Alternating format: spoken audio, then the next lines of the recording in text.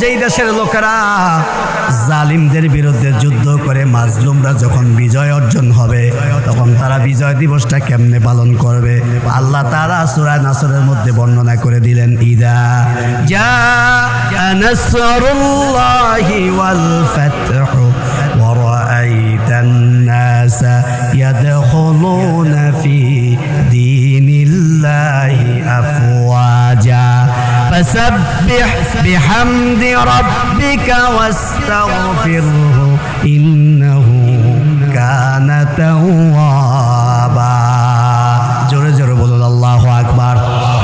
আল্লাহ বললেন যখন আমার সাহায্য আসবে তখন তোমরা বিজয় অর্জন করবা, আর যখন বিজয় হয়ে যাবে দেখবা দলে দলে লোকেরা আল্লাহর দ্বীনের পথে আসতে লাগছে।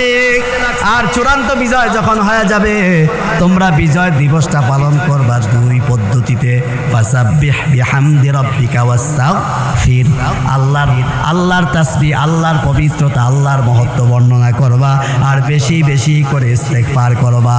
মহান বিজয় দিবসে আমাদের অনেক শতে শতে নয় হাজার হাজার মুক্তিযোদ্ধা ভাইরা দুনিয়ার থেকে বিদায় হয়ে গেছে। আমরা যদি এই বিজয় দিবসে কোরআন খানি, তারপরে দোয়া, তারপরে ইস্তেগফার, তাসবিহ, তাহলিল পরে পরে যদি তাদের জন্য দোয়া করি, তাদের কবরটা জান্নাতের টুকরা বানায় দিবেন কে? এই জন্য আগামী দিনে যখন মহান বিজয় দিবস আসবে আপনারা কর্মসূচি দিবেন, নাচ গান হাবি যাবি না, কি দিবেন? যে আমরা কোরআন তেলাওয়াত করব, তাসবিহ, তাহলিল, ইবাদত, নেক আমল করে মসজিদে মসজিদে আমাদের মহান স্বাধীনতা আর মুক্তিযোদ্ধা ভাইদের জন্য আমরা দোয়া করব। রাজি আছি না নাই?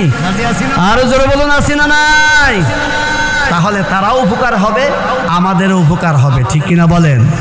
আর যদি স্কুলে স্কুলে, কলেজে কলেজে, বিশ্ববিদ্যালয়, জায়গায় জায়গায় ছেলে মেয়ে একত্র করে জামাই বউ বানায়া নাচ গান হাবি জাবি দিয়ে যদি এই বিজয় দিবস উদযাপন হয়, তাহলে যারা জীবন দিয়ে লাল সবুজের পতাকা দিয়ে গেল তাদের বিন্দু পরিমাণ খবরে কোনো লাভ হবে না, ঠিক কিনা বলেন?